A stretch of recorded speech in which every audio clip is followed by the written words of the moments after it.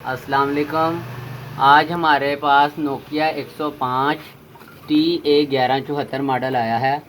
इसके अंदर इशू ये था कि ये वाटर डैमेज फ़ोन था और बिल्कुल डेड कंडीशन के अंदर फ़ोन मेरे पास आया है।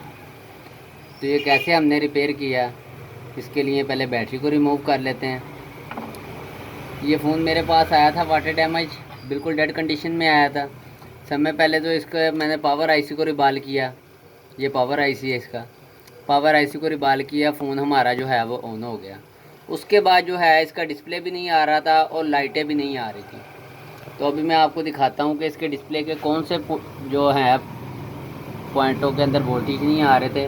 वो पहले इसके पॉइंट आपको दिखा देता हूँ, फिर उसके बाद बताऊँगा कि ये कैसे मैंने क्लियर किया। अच्छा, ये यहाँ से शुरू से अगर आप देखेंगे, इस साइड से दूसरी पिन के अंदर वोल्टेज नहीं आ रहे थे।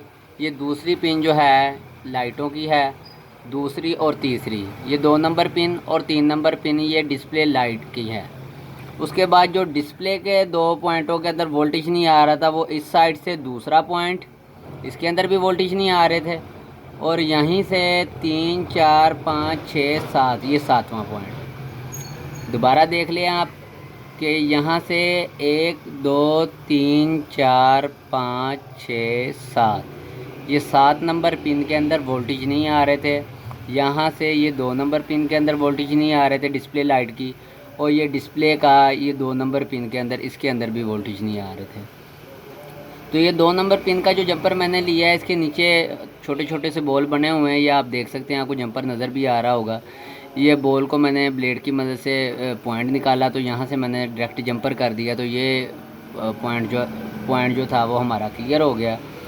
अभी जो डिस्प्ले का मैंने जंपर दूसरा जो लगाया है 7 नंबर पिन वाला, वो आप यहाँ देख सकते हैं कि इस साइड पे रजिस्टर लगी हुई थी जो डैमेज हो गई है।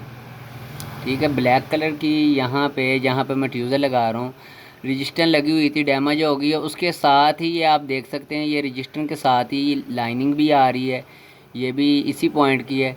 तो यहाँ पे लाइनिंग पे मैंने ब्लेड की मदद से पॉइंट निकाला और ये जंपर उठा के मैंने 7 नंबर पिन पे लगा दिया। अगर आपकी यहाँ पे रजिस्टर कायम है अपनी जगह पे, तो आप इस साइड पे ये आप देख रहे हैं, ये दोनों पॉइंट जो है, एक डैमेज हो गया पॉइंट, ये इस साइड पे पॉइंट है। अगर आपके यहाँ पे रजिस्टर कायम हो तो आप डायरेक्ट रजिस्टर से जंपर उठा के 7 नंबर पिन पे लगा सकते हैं। अगर पॉइंट भी आपके डैमेज हो गए हैं तो फिर जो है आप ये लाइनिंग आप देख सकते हैं, लाइनिंग के ऊपर ब्लेड की मदद से पॉइंट निकाल के यहाँ से भी आप जंपर उठा के 7 नंबर पिन पे लगा सकते हैं। अभी जो डिस्प्ले लाइट की 2 नंबर पिन है, वो आप ये देख सकते हैं, यहाँ पे ये तकरीबन सारी रजिस्टरें डैमेज थी। तो ये बड़े एहतियात से मैंने काम किया है। ये एक यहाँ पे रजिस्टर लगी हुई थी, ये डिस्प्ले लाइट की थी, ये भी डैमेज है। ये ऊपर लगी हुई है डिस्प्ले लाइट की, ये डैमेज तो नहीं है, मगर इसके इस साइड से जंपर लगाना था, यहाँ पे जंपर नहीं लग रहा था। तो मैंने ये जो है आप देख सकते हैं, लाइट के ऊपर ये जो पॉइंट है, एक ये पॉइंट है, एक ये पॉइंट है, इस पॉइंट पे मैंने जंपर लगाया। ये डिस्प्ले लाइट का 2 नंबर पिन का 2 नंबर पिन के पॉइंट है, और ये 7 नंबर पिन का है पॉइंट।